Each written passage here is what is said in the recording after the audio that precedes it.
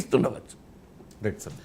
లోక్సభ ఎన్నికలకు అన్ని పార్టీలు సమాయత్తమవుతున్నాయి. బీఆర్ఎస్ పార్టీ కూడా జనవరి 3 నుంచి నియోజకవర్గాల వారీగా సమీక్షలకి ప్లాన్ చేసుకుంటోంది సార్. ఇది తాత్కాలికమైన స్పీడ్ బ్రేకర్ అని చెప్పి బీఆర్ఎస్ నాయకులు పదే పదే చెప్తూ ఉన్నారు. కానీ బీఆర్ఎస్ ద్వితీయ శ్రేణి నాయకుల్లో కాస్త డైలమా ఉంది. వాళ్ళు పార్టీ మారే యోచన చేస్తూ ఉన్నారు, లేకపోతే పార్టీలో ఈ 5 ఏళ్ల పాటు నిలదొక్కుకోగలమా, అధికార పార్టీ ఉంటాయి కదా సార్, కొన్ని ఇబ్బందులు ఉంటాయి కదా క్షేత్రస్థాయిలో. సో ద్వితీయ శ్రేణి నాయకుల్లో, బీఆర్ఎస్ ద్వితీయ శ్రేణి నాయకుల్లో ఏదైనా డైలమా ఉందా? అంటే ఇబ్బందుల వల్ల కాదు, అది ఇబ్బందులు ఏముంటాయి, ఏమైనా కొడతలా తంతలా ఉంటాయి. అంటే ప్రతిపక్షంలో ఎవరు ఉండకూడదు, మరి ఇబ్బందులు ఉంటే ప్రతిపక్షాలు ఎవరు ఉండకూడదు. ఆల్రెడీ నిన్న దాడి సార్ బీఆర్ఎస్ నాయకుల మీద, ఏదైనా కానివ్వండి, దాన్ని కేటీఆర్ ఖండించారు కూడా. సో బీఆర్ఎస్ నాయకుల మీద అట్లాంటి బీఆర్ఎస్లో ఎవరు ఉండద్దు. మరి ప్రతిపక్షాలు కాంగ్రెస్ 10 ఏళ్ళు ప్రతిపక్షం, కాంగ్రెస్లో ఎవరు మిగలలేదా? ఇబ్బందులు లేదా? రేవంత్ రెడ్డి మీద కేసులు లేవా? రాజకీయ నాయకులకు ఇబ్బందుల వల్ల మాత్రమే కాదు, ఆ సీన్ ఏం లేదు ఇక్కడ. ఏది వెంటనే ఏమి కదలకుండా మెదగలలా అంటే మోడీకి వ్యతిరేకంగా అనేక ఇబ్బందులు ప్రతిపక్షాలు పడతలేరా? మరి ప్రతిపక్షాలు లేకుండా పోయిన నాయకులందరూ.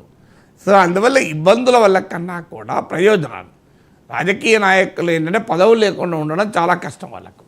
ఎందుకంటే పదవులు ఉండాలి, సంపాదించుకోవాలి, తమ సైన్యాన్ని పెంచి పోషించుకోవాలి, నెక్స్ట్ ఎన్నికల వరకు రిలవెంట్గా ఉండాలి. ఇది రాజకీయ నాయకులకు ఉండే సవాల్. సో ఈ సవాళ్ళు ఉండడం వల్ల అధికార పార్టీ వైపు వెళ్తుంటారు. అందువల్ల ఇప్పుడు బీఆర్ఎస్లో లాస్ట్ టైమే టికెట్ రాని నేతలు ఉన్నారు. వారు లాస్ట్ టైమే వాస్తవంగా ఎప్పుడైతే సిట్టింగ్ ఎమ్మెల్యేకి టికెట్లు ఇచ్చారో వాళ్ళలో అసంతృప్తి ఉండే, కానీ అధికారం కేసీఆర్ చేతుల్లో ఉండే. మళ్ళీ కూడా కేసీఆరే అధికారంలోకి వస్తాడన్న భావన ఉండే. ఎవరు ఊహించలేదు కదా అనూహ్యంగా కాంగ్రెస్కి అనుకూలంగా ఈ వాతావరణం మారుతుందని.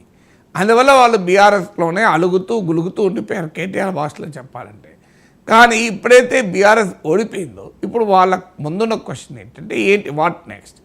పార్లమెంటుకు ఒక 17 మంది, అందులో సీరియస్గా బీఆర్ఎస్ పోటీ చేసేది ఒక 10-12 సీట్లు ఉంటాయి. ఈ 10-12 సీట్లలోనే టికెట్లు వస్తాయి.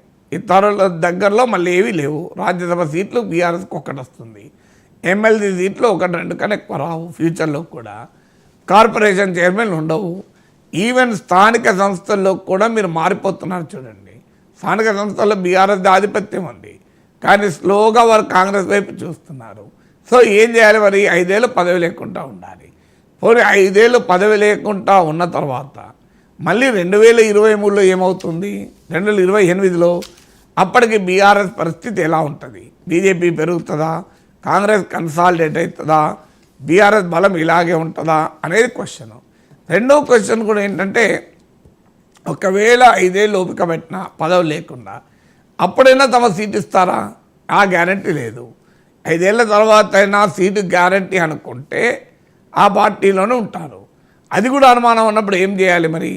అందులో బలం ఉన్నవాడు వేరే పార్టీ వైపు చూస్తాడు, బలం లేనివాడు అడ్జస్ట్ అయి ఉంటాడు. ఇది రాజకీయాలు జరిగేది. పోనీయండి, తాము నిజాయితీగా 5 ఏళ్ల పాటు పార్టీ జెండా పట్టుకొని అధికారంలో ఉన్నవారు ఇబ్బందులు పెట్టినా ఉన్నారనుకోండి, ఏం జరగచ్చు?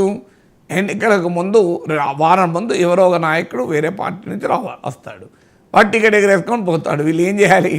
వీళ్ళు జెండాలు మోసి భుజాలు కాసి ఉంటారు. చివరకు పార్టీ ప్రయోజనాల కొరకు మీరు త్యాగాలు చేయాలి అంటారు. త్యాగాలు కేసీఆర్ చేయరు, కేటీఆర్ చేయరు. త్యాగాలు ఎవరు చేయాలి?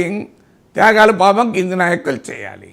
ఆ త్యాగాలకు వాళ్ళు మరి ఇంత కష్టపడి ఆఖరికి చివరికి ఏమవుతుందన్న బాధ వాళ్ళలో ఉంది. అందువల్ల రాజకీయ పార్టీలు ఈ రకంగా పార్టీలను తయారు చేశాక నాయకులు అంతకన్నా భిన్నంగా ఉండరు కదా.